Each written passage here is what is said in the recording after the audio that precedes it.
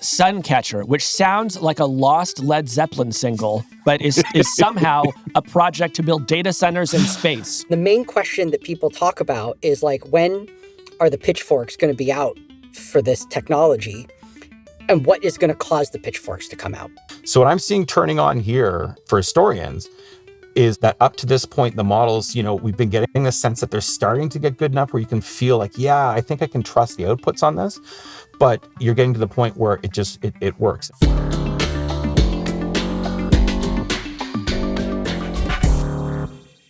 Oh my gosh. So the other day, I'm walking down Market Street, and for context, this is like, maybe like one of the main thoroughfares in San Francisco. And over the past year, this is a little bit obnoxious, but I would say 4 or 5 times, someone has recognized me from the podcast and stopped me and want to take a picture. It always makes my day. Hard Fork listeners are the best. It had happened to me just the previous week. Well, then this weekend, I'm coming home from the gym, and you know how you are when you're coming home from the gym. Your face is flushed. Yeah, you're sweaty. You're sweaty. Your hair's, all over the place. And this very sweet young woman comes up to me and asks for a picture. And of course, I'm thinking, I kind of look, gross right now, but anything for a Hard Fork listener, right? And she's there with a guy who I assume is, her boyfriend or her husband. And so I put on a show and I'm introducing, hey, and what's your name and all that. She hands me her phone and they go and they stand up against the street with their backs turned, so they can get kind of San Francisco in the background. And that's when I realized these people have no idea who I am. They are just tourists and they want a picture of themselves in San Francisco. I'm Kevin Roos, a tech columnist at the New York Times. I'm Casey Newton from Platformer. And this is Hard Fork. This week, Google's crazy new plan to build data centers in space. Is this the final frontier of the AI bubble?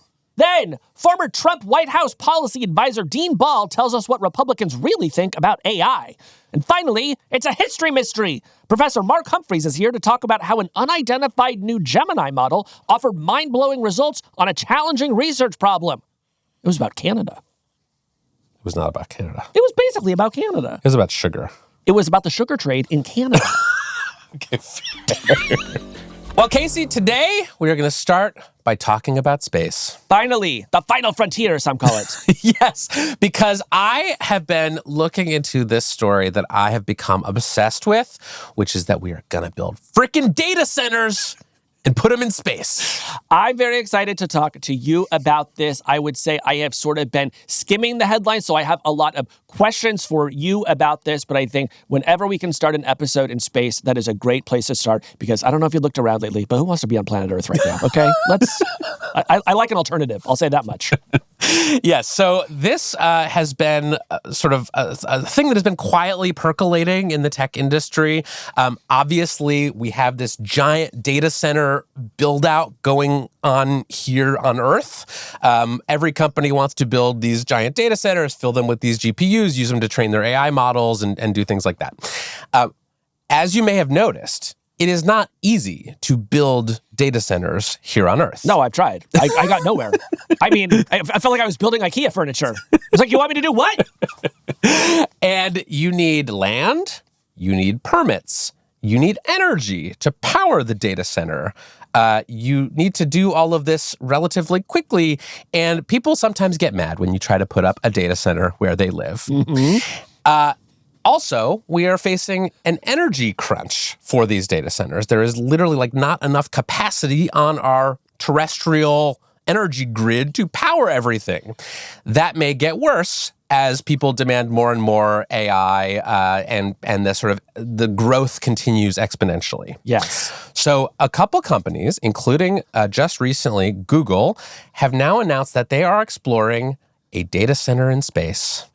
Which sounds like a joke when you say, building anything in space seems so impractical, so expensive, so doomed to failure that it truly does just sound like a joke. But what you're saying to me right now, Kevin, is that there is a legitimate, serious plan to try to do this. Yes. I also thought this was some kind of crazy science fiction moonshot thing.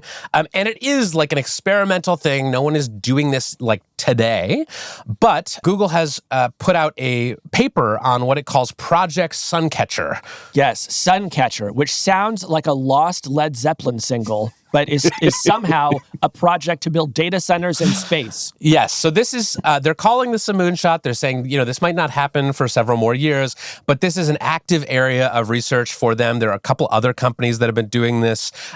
Jeff Bezos, Eric Schmidt, other sort of big tech folks are really interested in this idea. And I think we should talk about it today just to kind of give people a sense of like what the future may hold if we continue to demand all of this power and all of these data centers to run these giant AI models. Yes, I think it is so worth talking about because, among other things, it indicates that we are at the stage of this bubble where people have come to feel like we cannot provide enough electricity for the future we want to build on the planet that we live on. We actually have to get off the planet to realize our ambitions. So if nothing else, that just tells you how ambitious these companies are getting and the crazy big swings that they're about to take. Totally.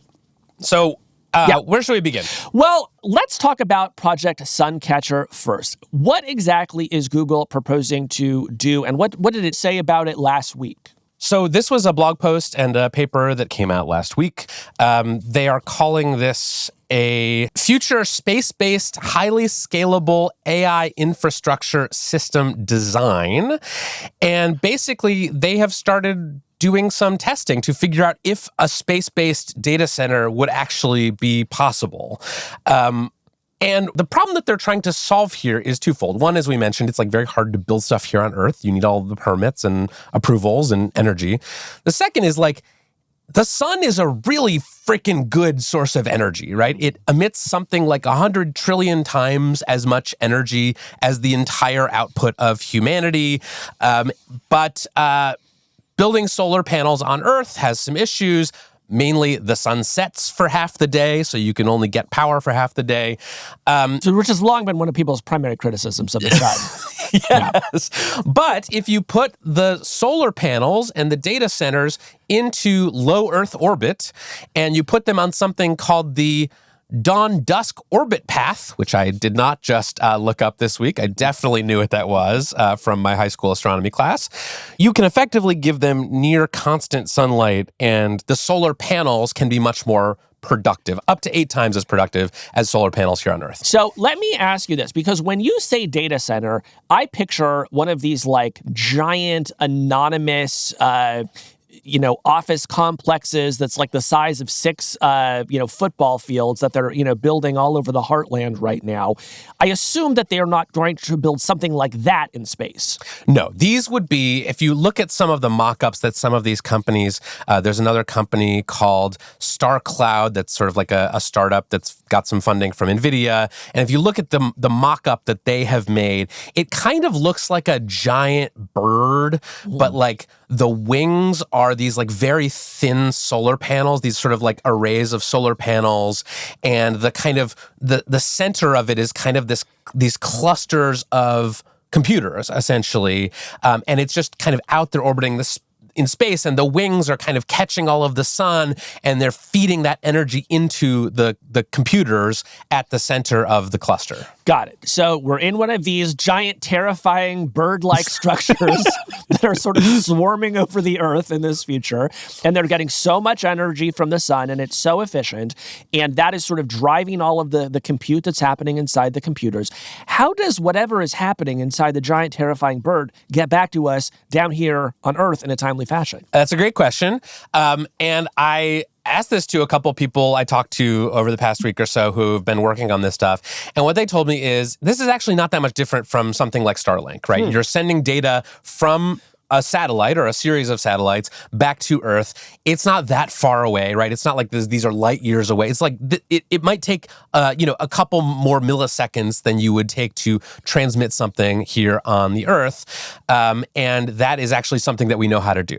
Got it. Okay, Kevin. So last week, Google puts out a blog post about this. Give us a sense of where they are in this experiment. So I would say they feel like they are pretty early in this process. There are still some technical barriers to overcome, and we can talk talk about those. But they have started actually running tests to figure out things like, well, if we send our TPUs, our AI training chips, out into space, like, will they just sort of fall apart because of all the radiation out there?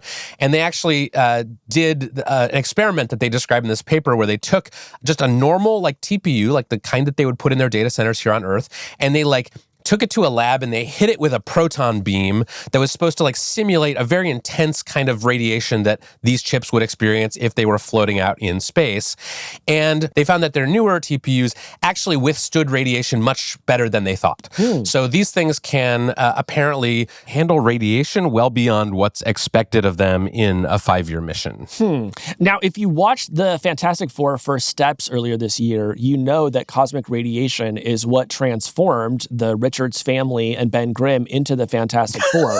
Has Google addressed that at all about sort of any of those concerns? They did not address that, to my knowledge. Okay. They did address some other potential hurdles. One of them is like, if these chips glitch out or break, how do you fix them if they're in space? And I asked a couple people who have worked on similar projects, and they basically said, yeah, we got to figure out how to like get robots up there to like fix the data centers. Got it. So they'll focus on using robots for that. I guess that makes sense. Now, am I right that Google is actually planning to do some kind of like test launch within the next couple years on this? Yeah, they are planning to test this in 2027 by launching 2 prototype satellites in partnership with Planet, which is a company that sort of sends up these little tiny satellites into space for mapping and things like that. And that is their plan. There are also other companies, including StarCloud, which is also planning to send up some prototypes pretty soon. So they are moving forward with testing on this. I will say, I think this is probably not going to happen in any real way for at least a couple of years, in part because things are still very expensive to send up into space. It is not right now economically feasible to send up a whole bunch of chips and a whole bunch of satellites up into space. It costs many times more than what you would need to build a comparable data center here on Earth. Yeah, and people here on Earth are saying that building the data centers that we're doing here on Earth are not economically feasible, right? So I can't imagine how much more out of control the costs are going to be once you leave orbit. One thing I thought was interesting in the Google blog post was that the company tried to place Suncatcher in the lineage of self-driving cars, so what is now Waymo, and quantum computing, which hasn't quite become a mainstream technology yet, but has made a lot of strides. Just within the past year, we did an episode on it not all that long ago. And they're sort of saying like Suncatcher is kind of one of those where we are willing to work on this for 8, 10, 12, 15 years to make it into a mainstream technology.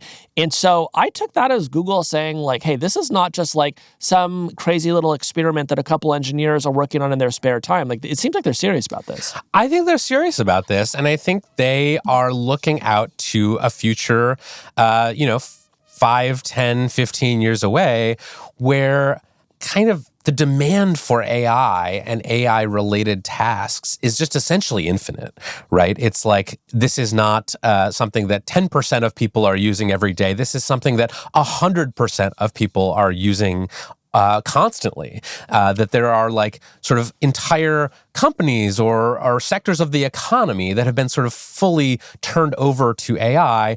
And maybe that happens and maybe it doesn't. But if it does happen, we're going to need a lot of energy and a lot of data centers, and we may run out of land and power here on Earth. Yeah. Now, something that I did not realize until after I had read about Suncatcher is just how many other companies are looking at doing the same thing. Can you kind of give me a high-level overview of like who else is playing here, and does it seem like anyone else is further along than Google is right now? Yeah, so as I mentioned, there's this company StarCloud, which is a Y Combinator startup that got some funding from NVIDIA. They are sort of the main ones here doing this. There's also a company called Axiom Space that is doing this. And we think that there are some Chinese companies, or at least one Chinese effort to do a space-based data center, although they've been a little bit vague about the details there. And then The Information had an article about some comments that Eric Schmidt and Jeff Bezos have made, suggesting that maybe they are also interested in or looking at doing something like this. Well, Jeff Bezos just put Lauren Sanchez into space. Yes. So that you have to wonder if that was kind of a first step toward something in this vein. Yes. One thing I think that is interesting about this approach, Kevin, is that, as you know, we've seen an increasing amount of resistance from people in sort of local communities to having data centers put in their towns or near their towns. They're worried about how it's going to affect the cost of energy for them, right? They're worried about water usage or the environmental impact. And so I think that, if this sort of thing comes to pass, we'll have gone from just like the NIMBYs saying not in my backyard to this new group of people that I'm calling the NOMPs that are saying not on my planet, and they want all the data centers just built up in the sky. So do you think NOMPs are going to become a sort of major political force? I do. Although I also think that eventually people may start to not want them in space either. But it's going to be harder for them to protest. You got to get in a rocket, go up there into low Earth orbit. It's very inconvenient. Now, why wouldn't people want them in space? Well, there are various people who think that this is going to create a lot of space debris and things like that that would eventually be bad. I talked to some folks who, work on this stuff, and they were like, yeah, they don't think that's really going to be a big deal. There's all kinds of stuff up in space now. We generally don't pay much attention to it. But I can see this sort of sounding to people like Elon Musk, proposing to build colonies on Mars or something. It's just it's too futuristic. It's too sci-fi, and it sounds like these very, rich companies and individuals trying to kind of flee from their problems here on Earth by sending stuff into space. Here's what I would say. I would love to be living at a time when one of the top 10 concerns I had in my life was space debris. If I ever get there, Kevin, I will be in heaven. Heaven! Well, you'll be in low Earth orbit, I'll be technically. Exactly. Now, I have a question for you. Yeah. Would you go to space? Yes, absolutely. Would you go to space to fix a data center? I mean, what is the salary for that job? Very high. I mean, there's probably a certain price for which I would do it. But here's the thing. I'm not handy around the house. Yeah. It's like if I, If ChatGPT doesn't know what to do, I'm calling the handyman. Yeah. Okay. I will just say that I think we should make an offer to Google, which is if you guys get this Project Suncatcher up into low Earth orbit, we will do a podcast episode where we go up there and cut the ribbon. You're just dying to be exposed to massive levels of solar radiation. I just think it'd be fun. When we come back, Kevin, let's have a ball with Dean Ball, who drafted the AI Action Plan.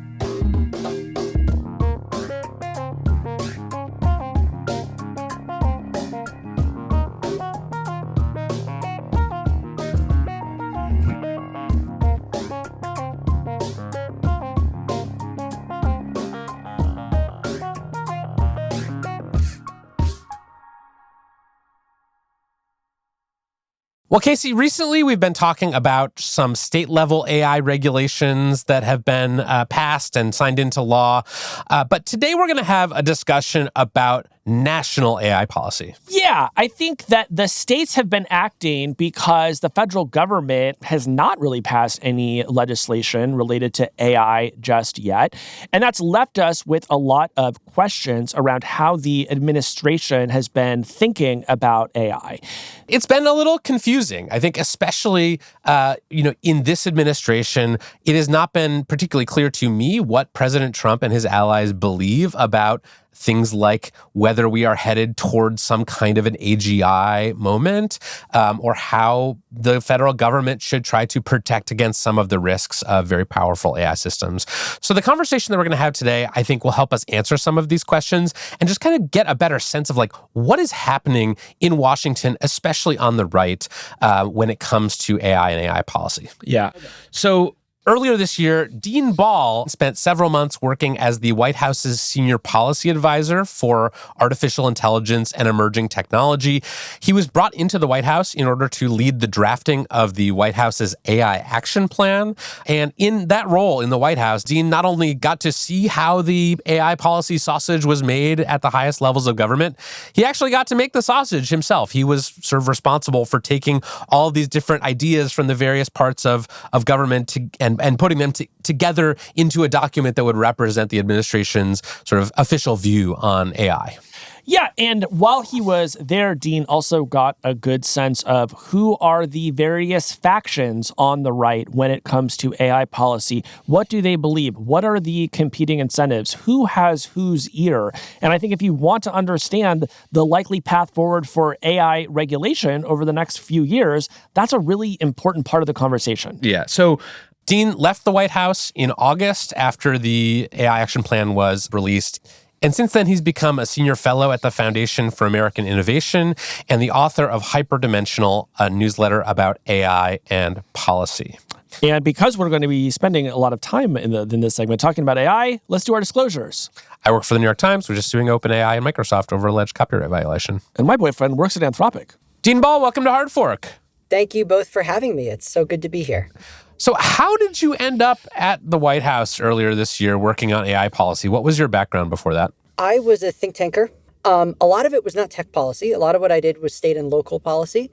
But I was always very interested in tech. And basically, when the AI policy conversation really took off sort of early 2023, I made the decision to start writing about AI, basically as a part-time gig, just like purely on the side, wasn't being paid for it or anything. And then eventually I decided I really liked it and I was finding my voice. And I was hired by the Mercatus Center at George Mason University to go spend some time there, spent about a year there, and then was recruited to the White House on the basis of primarily my writing on Substack. And my Substack is called Hyperdimensional. It's where I talk about, AI stuff. The Substack to White House pipeline. I feel like you are not the only person who has posted their way into a job in the federal government. You can post your way to the federal government. It's really true. And probably, I'm probably like, a big chunk of it was probably my posts on X, really, which is maybe even more scary. But yeah. So, okay, you get this call. You go to the White House. What did you find there with respect to AI policy? Was there like a coherent single view of how AI should be governed and regulated? I would say there are coherent intuitions, but the field is so nascent, and there haven't been a lot of fights where dividing lines have really firmed up yet. I think, by the way, this is true on the left as well. Mm-hmm. I don't think that those intuitions have formed yet into like a lot of different sort of very specific policy positions. I don't think they've concretized yet, is really what I'm saying. I think, though, there's a combination of excitement and some worry and some confusion, probably equal parts, which is, in a macro sense, that's probably roughly where I am too, actually, and that sounds about right to me. You say there were some coherent intuitions about AI in the administration. What were those intuitions? I think coherent intuition number one is AI is the most important technological, economic, scientific opportunity that this country and probably the world at large has seen in decades and quite possibly ever. I think basically everyone shares the assessment. This is going to be extremely powerful and it's going to be really important. And second intuition that directly follows is there are going to be some risks associated with this that are sort of familiar to us and things that are cognizable under existing sort of policy frameworks, and others which might be more alien and might be like risks that we don't really even have concepts for as clearly yet. And then, maybe the third intuition is, regardless of those risks, it feels like AI is going to play a very big role in the future of like American global leadership. Yeah, that's really helpful, and kind of helps me get a sense of like the lay of the land when you arrived. I'm wondering, Dean, if you can help me understand the kind of intra-right factions when it comes to AI, because I think I've identified like at least two different views of AI that I've heard coming from prominent Republicans. And maybe you could call them like the David Sacks view and the Steve Bannon view. David Sacks, the president's AI czar, is constantly talking online and on his podcast about these AI doomers who he thinks are sort of ridiculous and are overhyping the risks of AI, and trying to sort of get their way on policy, calling them woke, implying that they're sort of trumping up these fears of, no pun intended, of job loss and things like that to sort of get their way when it comes to policy. Then there's Steve Bannon, who has been out there talking about the existential risks from AI. And you and I were both at this Curve conference. Actually, all three of us were there a few weeks ago, where one of Steve Bannon's sort of guys was there and gave this very fascinating talk about how he thought like he was sort of in league with the so-called doomers who believe that this could all go very badly very soon.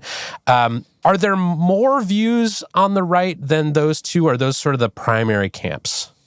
No, I think that there's a whole spectrum. I can't speak for either David or Steve, of course, but I would put them on like roughly polar opposites in terms of how, how conservatives talk about this issue. But I think there's a whole spectrum in between. So first of all, you've got national security people. You have national security people who don't actually know a ton about, and this is, again, both sides here. But, they think of this as a strategic technology that's important for U.S. competition with China and other things. And also maybe they think there's some national security risks. But they're not really thinking about like the domestic policy. They're not really thinking about regulation. They're not thinking EA versus doomer. So that would be one. I think also, related to the sort of Bannon viewpoint, but maybe, more toward the middle would be like people that are worried about kid safety primarily. There's a lot of conservatives who would distance themselves from the AI doomer view, but who would also distance themselves from the pure accelerationist view. And they would use the lessons we've had with social media as an example. So sort of that kid safety viewpoint. For these people, very often the issues of things like LLM psychosis, of course, teen suicidality with chatbots being another very salient issue for this group, for everyone, I hope. But yeah, so there are others in between, and I guess I would put myself somewhere in kind of the middle in a weird fusion. Where does industry fit into that spectrum? Like my sense from the outside is that industry groups and lobbyists have had a lot of success in this administration in getting what they want. Where are they in those conversations? I think it really depends on incentives. People in policy conversations very often will refer to like industry as being this kind of monolithic, coherent entity. It's of course not. And there's different people that have different incentives. So, if you're a U.S. hyperscaler, you don't hate the export controls. You don't want more competition. Meaning for the same like chips that you're trying to Microsoft buy. or a Google or an Amazon. Yes, Microsoft, Google, Amazon Web Services, etc. You don't hate that because, like, A, you don't want Chinese firms competing for your chips. But even if it's not the same chips you're competing over, you don't want to be implicitly competing over space at TSMC fabs to make the chips. So, hyperscalers, they will definitely have like nuanced positions on export controls, but by and large, like their incentives are not to hate them, and they largely don't. Frontier Labs, they want to make money selling tokens to people, so they want access to chips. But I think there's some people who believe, and it's from a political theory perspective, it's not wrong to believe that like ultimately they want to create moats. And I think there's a lot of ways you can make moats. It seems to me like the main way they're trying to make moats right now is through infrastructure, that they've basically all come to the Anthropic today announced a $50 billion commitment to build their own data centers. Google obviously does this. OpenAI does this through Stargate. Meta does this. XAI does this. Everyone does this. Everyone's building infrastructure. And the basic view is like, well, the models maybe are not your moat per se. Like the parameters of the model are not your moat, but perhaps the infrastructure is. And so, these are all competing interests and no one's making illegitimate arguments here. Everyone's operating from incentives. And of course, the job of government is to sort of solve for the equilibrium. Is there a MAGA view of AGI? Not yet. No, not really. I don't know that there's any political persuasion view of AGI. I think MAGA might actually be the closest to having one. And I think it's, at the moment, maybe the persuasion, at least from what I see online, is like maybe it's sort of more doomery. I believe we saw a bipartisan bill introduced over the past week that would require reports of job losses due to automation, which suggests that there is some increasing attention to that likelihood. Yeah, well, I mean, so there's this big question, in the AI field, like at places like the Curve, in places like Lighthaven, there are these gatherings of various sort of doyens of the AI community, and they get together, and the main question that people talk about is like, when are the pitchforks going to be out for this technology, and what is going to cause the pitchforks to come out? And I have come to the conclusion that rather than it being a singular issue, it's going to be this kind of miasma of issues. It's going to be like, it's slopification. It's not safe for kids. It's driving up your electricity prices. It's using all the water. It's, taking your job. And it's taking your job. And also it's going to kill everyone. And also, by the way, it's fake. It'll be all those things in kind of this weird sort of vichyssoise. Yeah. The aspect of the AI action plan that I find the most annoying is the attention on the ideology of the chatbots and the suggestion, Sure. that they should be able to, respond in some ways, but not in other ways. Can you kind of illuminate the discussions that were being had and what the administration actually wants out of these models? Yeah. So I think the main point here, first of all, like the most important thing, you're talking about the woke AI executive order, is what it is, how it's traditionally phrased. This is an executive order that deals with federal procurement policy. In other words, this is not an executive order, it's not a regulation on the versions of AI models that a company like Anthropic or OpenAI or any other company ships to consumers or private businesses. This is purely about the versions of their models that they ship to the government. And the government is saying in this case, we do not want to procure models which have top-down ideological biases engineered into them. We would like our government employees to have access to models which are, I think objective is a really hard word. Obviously, we've been like debating about like what is truth for, since there was language, right?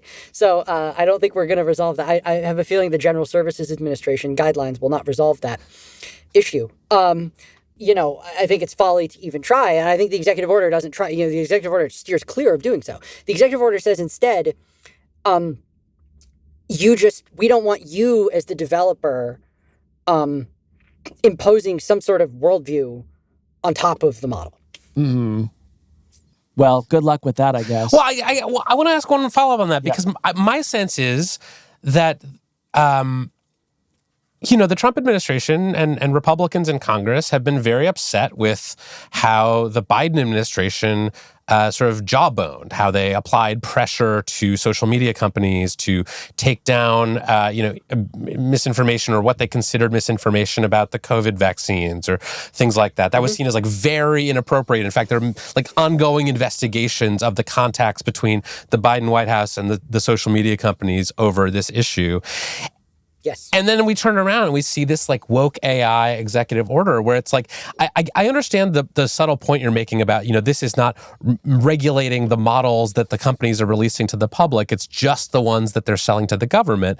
But like, we all know that there's one set of models, right? And they get built and they get sold to various customers. And I think, it's reasonable to see that and think, okay, this is the Trump administration doing exactly what it got so mad at the Biden administration for doing, which is to contact the tech companies and tell them, hey, this is how your product should be working. This is the kind of things it should be allowing and not allowing.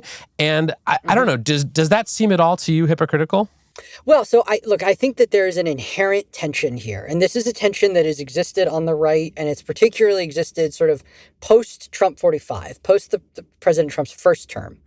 There is this argument that exists of, should we stick to our principles that the government shouldn't be doing this kind of job owning, or should we accept that the government has this power and now we need to throw it back at the left, right? And I can tell you that I personally have always definitively been on one side of that argument. Which one? The former view. We should stick to principles. We should not job owning from anyone. Yeah, you shouldn't do that. I mean, you shouldn't do that. At the same time, I think the government totally has a right to say, and again, what we're talking about here, I wouldn't think of this as like a model training thing. I would think of this as the sort of thing that can be relatively, trivially easily changed by the developer, right? So models that are sold to the government already have compliance burdens that are significantly higher than this executive order, right? They have to comply with the Freedom of Information Act. They have to comply with the Presidential Records Act if they're sold to the White House. There's all sorts of data stewardship laws that are way more difficult than anything in the Woke AI executive order. The Woke AI executive order basically says, you need to disclose in the procurement process to the agency from whom you're procuring. You need to disclose, what the system prompt is. You can change a system prompt for a specific customer. It's not that hard. And I would only point out that, I will just say it here right now that if you did try to use federal law to compel a developer to change the way they train the models that they serve to the public, that is unambiguously unconstitutional. It is a violation of the First Amendment. You are violating that company's speech rights, and you are violating the American citizen's speech rights who might use that model. So it would be quite dire and grave for the government to do that. And I am confident that the Woke AI executive order was not intended to do that. So, Dean, I really enjoy your newsletter. I've been reading it since before you joined the government. I continue to read it today. And one point of view that you advocate for with great frequency is that most if not all, AI regulation should be done at the federal level. And you spend a lot of very valuable time looking into how states are attempting to regulate AI in ways that I think you believe are mostly bad. Could you kind of give us a high-level overview of your interest in this subject and what you see states doing that concerns you so much? Yeah, so I come from a state and local policy background, I should say. And so, my view is that a lot of the real governance in this country happens at the state and local level. And I mostly, now that I live in D.C., I mostly say, thank God that that's the case. That being said, there are some things that inherently implicate interstate commerce. And I think that models which are trained to be served to the entire world, which cost $1 billion to train, that the standards by which those models are trained and evaluated and measured, I think those have to be federal standards because you can't have competing standards. Now, maybe we don't end up having competing standards. Maybe what happens is the biggest state regulates. And that happens all the time in America. There's many, many technologies where the state of California or the state of New York or somewhere like that, Texas sometimes, has an implicitly federal effect. One state doing lawmaking. I think that's a failure mode. I think it's an issue a structural issue of our Constitution that the founders couldn't really possibly have contemplated because the notion of economies of scale didn't quite exist for them. And so I think it's a really, really difficult issue of Supreme Court jurisprudence. Right now, it's the case that California, by default, is the central regulator of AI in America. Thus far, I think they've done a better job than I would have guessed, but still not a great job. So I was, broadly supportive of their flagship AI bill from this year, which was called SB 53. It is a transparency bill that applies only to the largest developers of AI models. And to me, it seems rather reasonable overall. Let me bring it back to maybe some more like contemporary AI concerns, though, which is, earlier when you were describing some of the kind of, landscape in Washington and who's concerned about what, you mentioned there's this group of Republicans who are very concerned about chatbot psychosis, child safety, teen suicidality. Those are all harms that are present today that seem to be encouraged on some level by products that are out on the market. And we have a Congress that is very loath to pass really any regulation at all when it comes to the tech industry, whether that's for ideological reasons or just logistically. It's very difficult to get Republicans and Democrats to agree. Or the government's shut down half the time. That's also been increasingly an issue. And so in such a world, I can very much understand the point of view of a state lawmaker who says, well, I don't want the kids in my state to kill themselves. Like, we're going to do something about this right now, and we're not as dysfunctional as the federal government. So we're going to get in there, and we're going to try to do something. So how do you view that dynamic? And is your desire truly that the states would just say, hey, we're not going to get involved, and that's on Congress? No. So, I mean, look, I understand the incentives of the state lawmakers, for sure. I think Congress needs to act. Like my view is more proactive. My view is Congress needs to deal with this. This is a problem that Congress needs to deal with. I don't blame the state lawmakers. Sometimes I do. Sometimes I blame them for poor statute drafting. There's no excuse for that, right? Their job. And I say this sometimes to legislators, and they're like, well, we'll let the courts figure that out. And I say, no, you took an oath to the Constitution too, not just the judges. But in the general case of I want to protect kids in my state, no, of course I don't blame them for that. Yeah. I want to zoom out a little bit and ask a question about AI and polarization.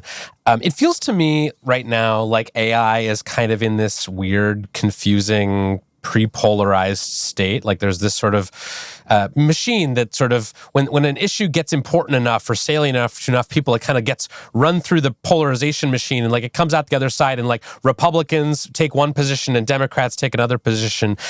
Do you think something similar is going to happen with AI where it will become very predictable which view you hold on AI based on which party you vote for?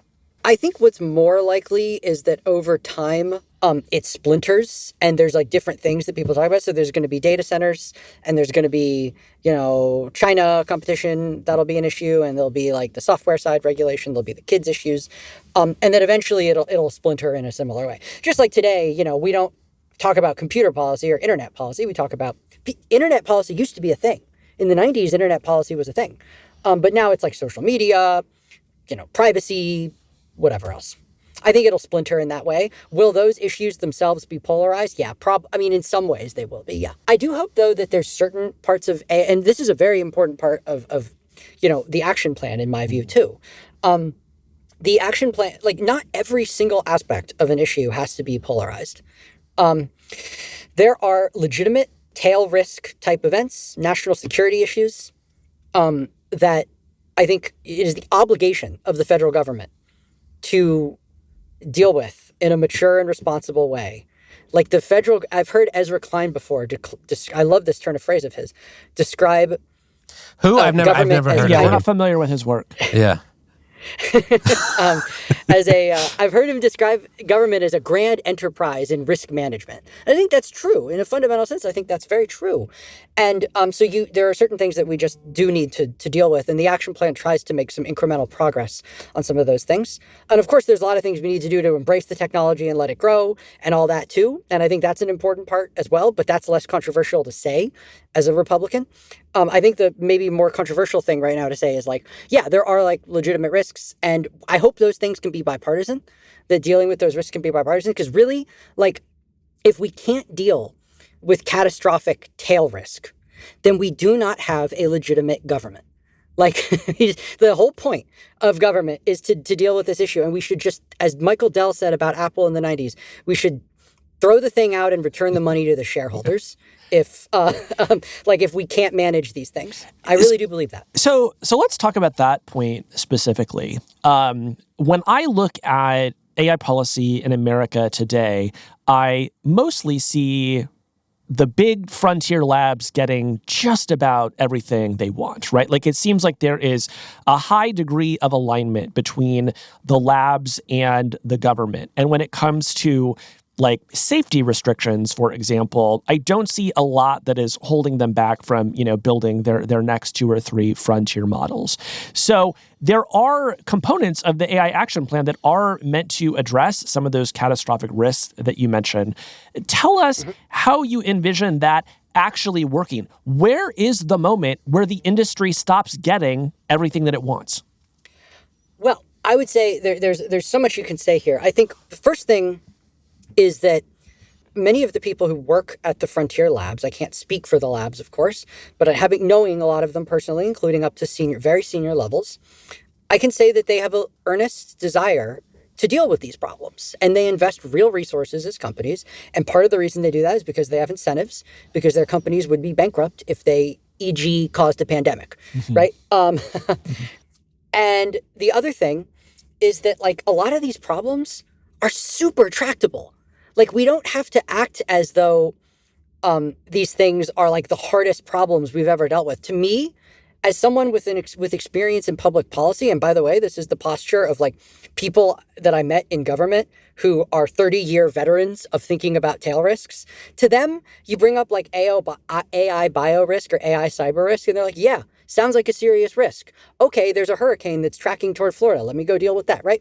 Like, these things come across your desk every day when you're in government. These are eminently tractable problems in the near term with current technology and technology that I think we're going to have in the near future without spending a ton of money.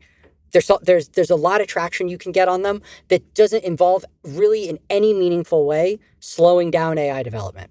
I want to push back that there's this trade-off between sort of mitigating tail risk and slowing down AI development. Now, will that always be the case? No. At some point, there will be trade-offs. We'll have to make those trade-offs and they'll be hard. And it's like hard for me to know where I'll come down on that because it'll depend on the particulars. But right now, we have this great opportunity of like, oh, we can accelerate AI development and we can also have better biosecurity, which, by the way, was a problem before ChatGPT existed. There was a whole pandemic about it. Yeah. Sometimes I talk to people who work on AI policy or just work on AI and think about policy, and they'll say things like, I don't think we're going to get any meaningful AI regulation until there's a catastrophe. Do you, Dean, think that it will take something like that to really catalyze significant movement on AI policy in Congress? Possibly. I mean, like I can't say that like that. Certainly, a catastrophe is plausible and could catalyze movement in Congress for sure. I think there are other ways to achieve this. I really do. Like I think you can make incremental advancements in the absence of a catastrophe. Now it depends on like a lot of people in the AI safety community will say this. Or people that are at labs who care about AI safety also, they will say this. That's like a very anthropic type of position.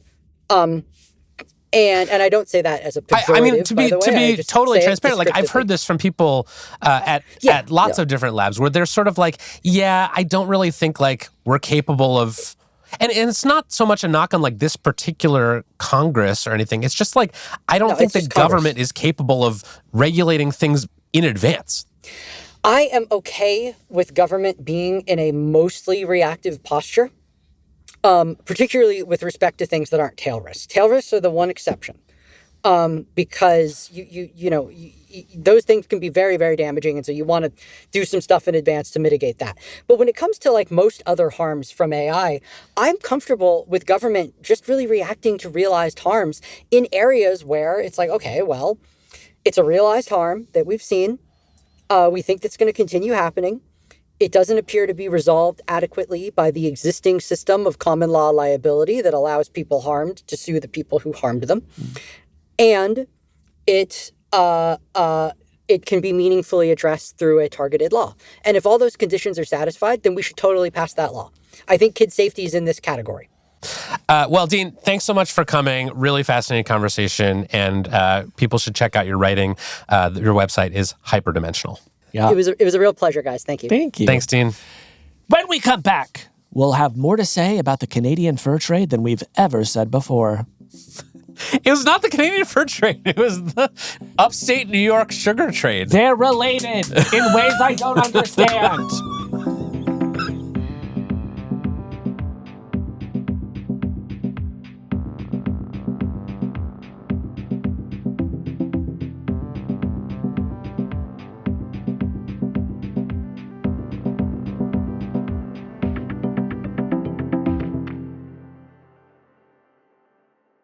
Okay, well, Scooby Gang, it's time to get in the old mystery machine, because today we've got a mystery. That's right, gumshoes. Grab your notebook and your magnifying glass, because there are a few clues, and we're about to crack the case wide open. And this one is a history mystery. It involves an experiment that a historian ran using an AI model.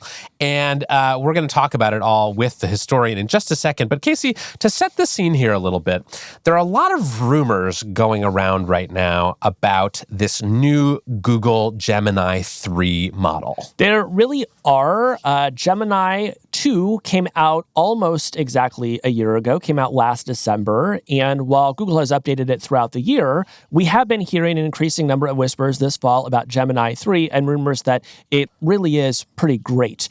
So Alex Heath reported a few weeks back that he expected Gemini 3 to come out in December. And one thing that happens in the run-up to the release of new models is that companies quietly test them. And that brings us to our story today. Yes. So Mark Humphries is a history professor at Wilfrid Laurier University in Ontario, Canada. He does research involving a lot of old documents and trying to decipher the handwriting on these documents. And he is also kind of an AI early adopter. He's got a Substack called Generative History, where he's been writing about his experiments using AI to solve some of his research problems.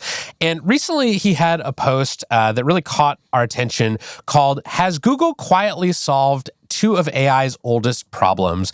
in which he explained a really fascinating experiment that he ran using one of these kind of test models inside Google's AI Studio, which is a Google product where you can kind of experiment with different models. And he says that the responses that he got back from this mystery model made the hair on the back of his neck stand up. Like, this was so astounding to him, not just because they were very good, but because they seemed like a different kind of capability than ones he had seen in any other AI model. Yeah, and so the mystery is, what model was Mark using? But I think the bigger story is, what does it mean that this historian was as impressed as he was with this very unusual thing that he found a large language model doing? Yes, and we should say, like, it is very hard to determine exactly which model anyone is sort of being shown at any given time. The way these pre-release tests go, companies will, show 1% of users one model and another 1% of users a different model and kind of ask them to compare the two. So, and they give them weird code names. They don't tell you what you're using. Exactly. So there's still some uncertainty around this. This may have just kind of been a one-off. We will obviously need to see what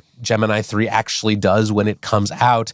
But for now, I think this is a very interesting story because it points to the way that these AI models are starting to do things that surprise even experts in their fields. Yes. And so for those reasons, it's time to bring in Mark Humphries and talk about what he found.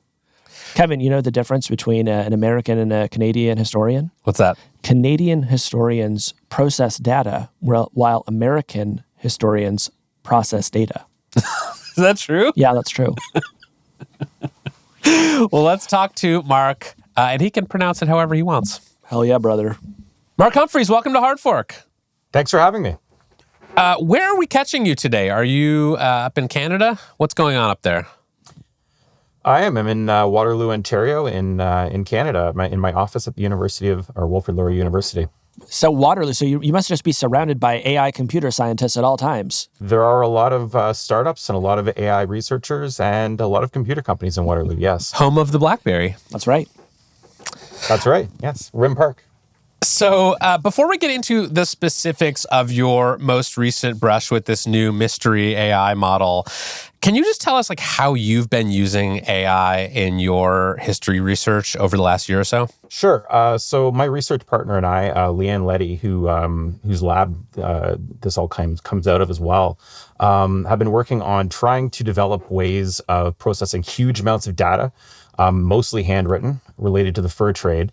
And that involves a couple of things. It involves trying to recognize the handwriting accurately, but it also involves trying to basically generate metadata for all of tens of thousands of records to try and understand what's in those records and make connections between them. So we're kind of operating at tasks that are kind of at the threshold of what AI models are capable of doing. So it's been kind of interesting to watch over the last couple of years the models get better and become capable of doing some of these things, and then finding out new limitations as we go along. Yeah. And tell us a little bit about the kind of work that you do in general. I know you're really focused on using older documents in your work. What kind of stories are you trying to put together? Yeah, so I've always been really interested in stories of ordinary people. So in the fur trade, when you're trying to understand, what happened to ordinary people in the 18th and the 19th centuries, the problem is many of them were literate, didn't write.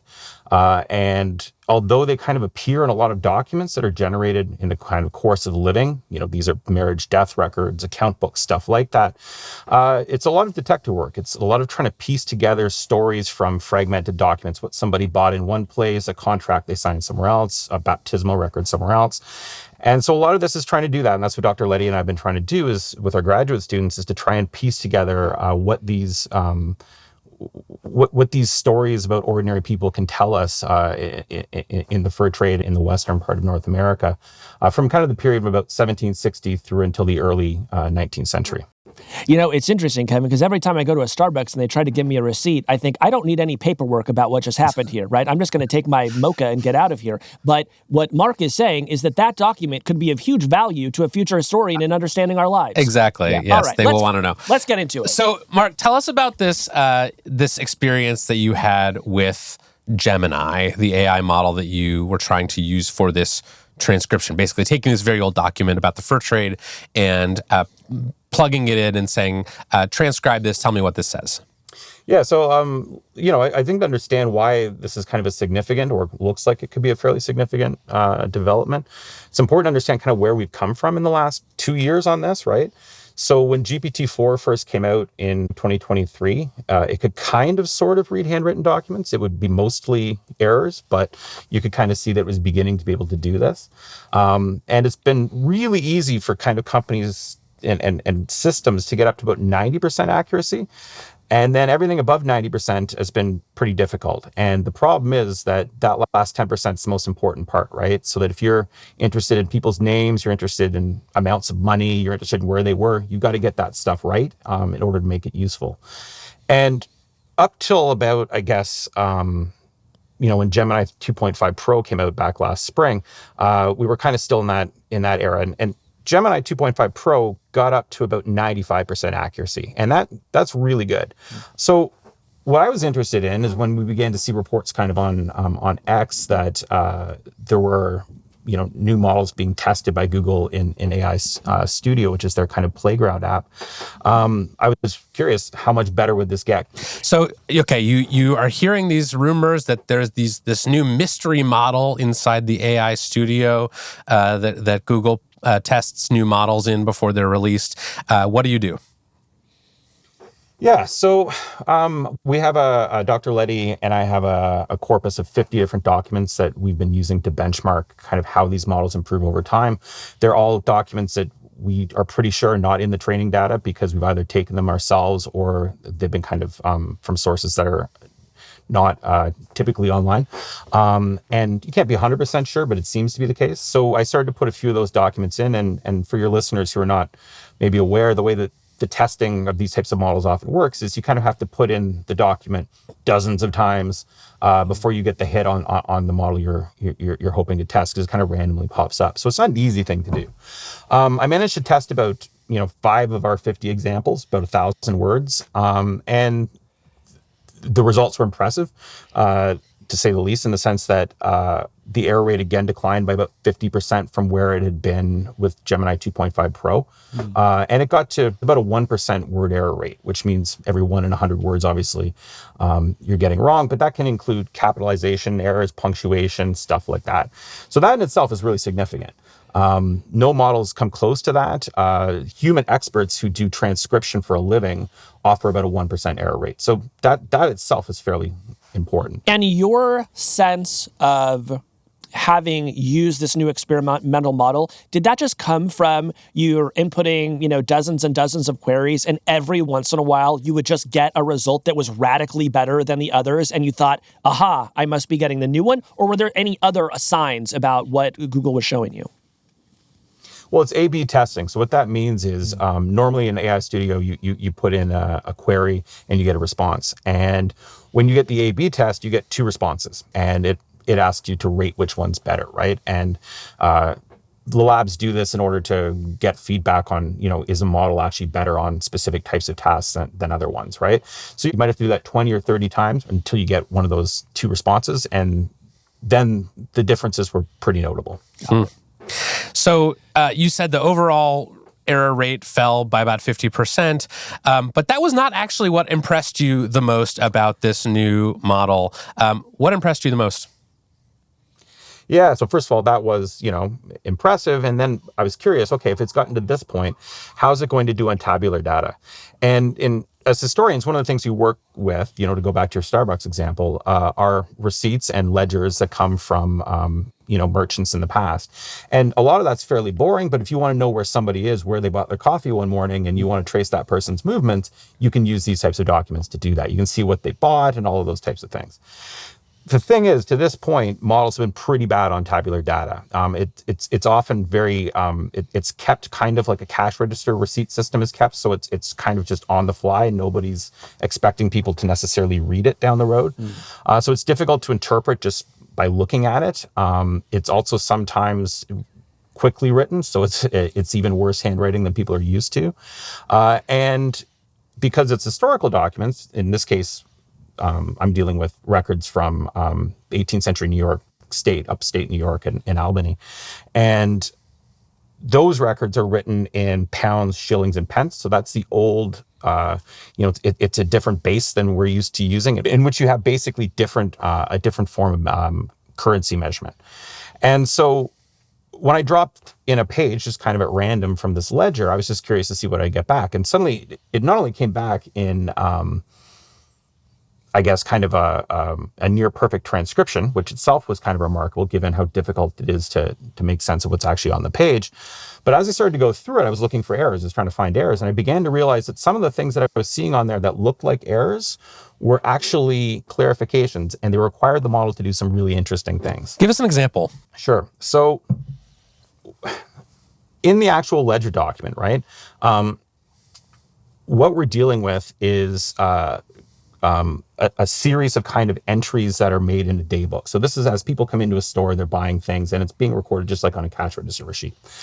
And in the one case that I was in particular looking at here, what it basically says in one of the entries is Samuel Slit came in on the 27th of March, and it says to 1 loaf of sugar at 145 at 140.19.1.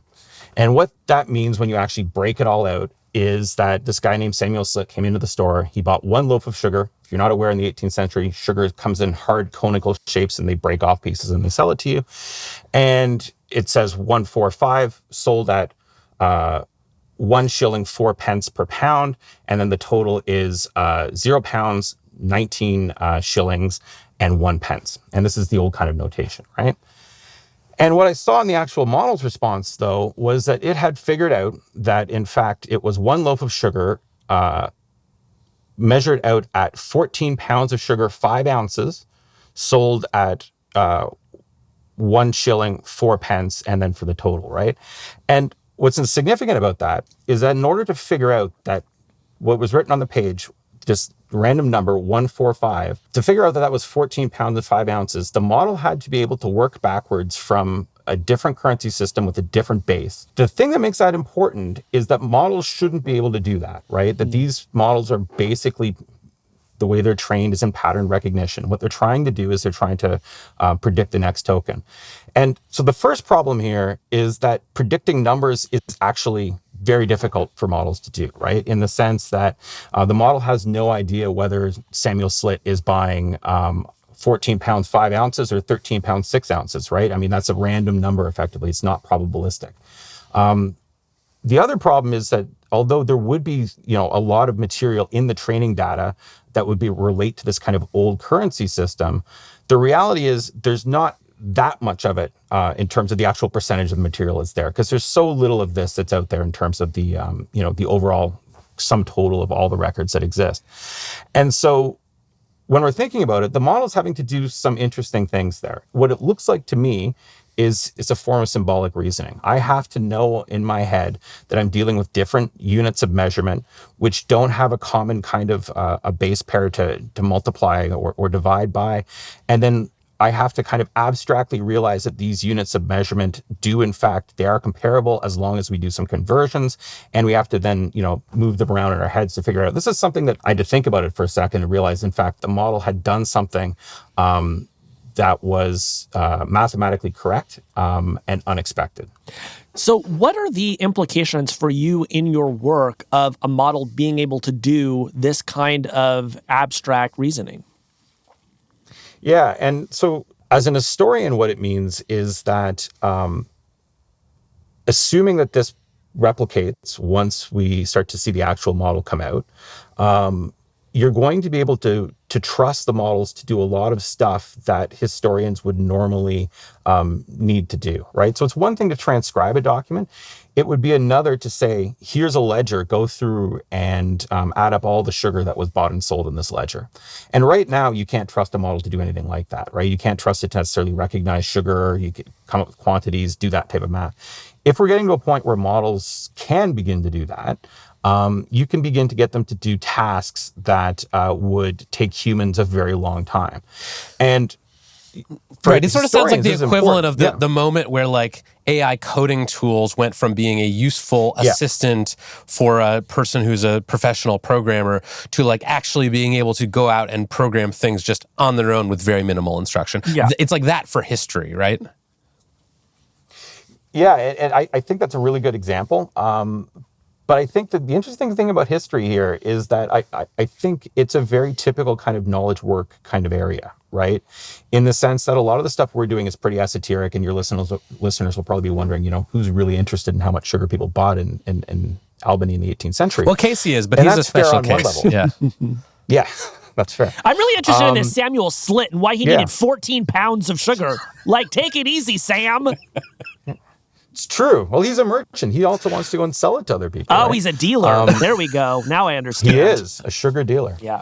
But the interesting thing about this, I think, right, is that the stuff we do as historians with these historical records, this is what all knowledge work people do, right? Is that you take information and you synthesize it, you take it from one format, you put it into another, you realize the implications of the things that you're reading, and you draw conclusions and analysis based on that, right?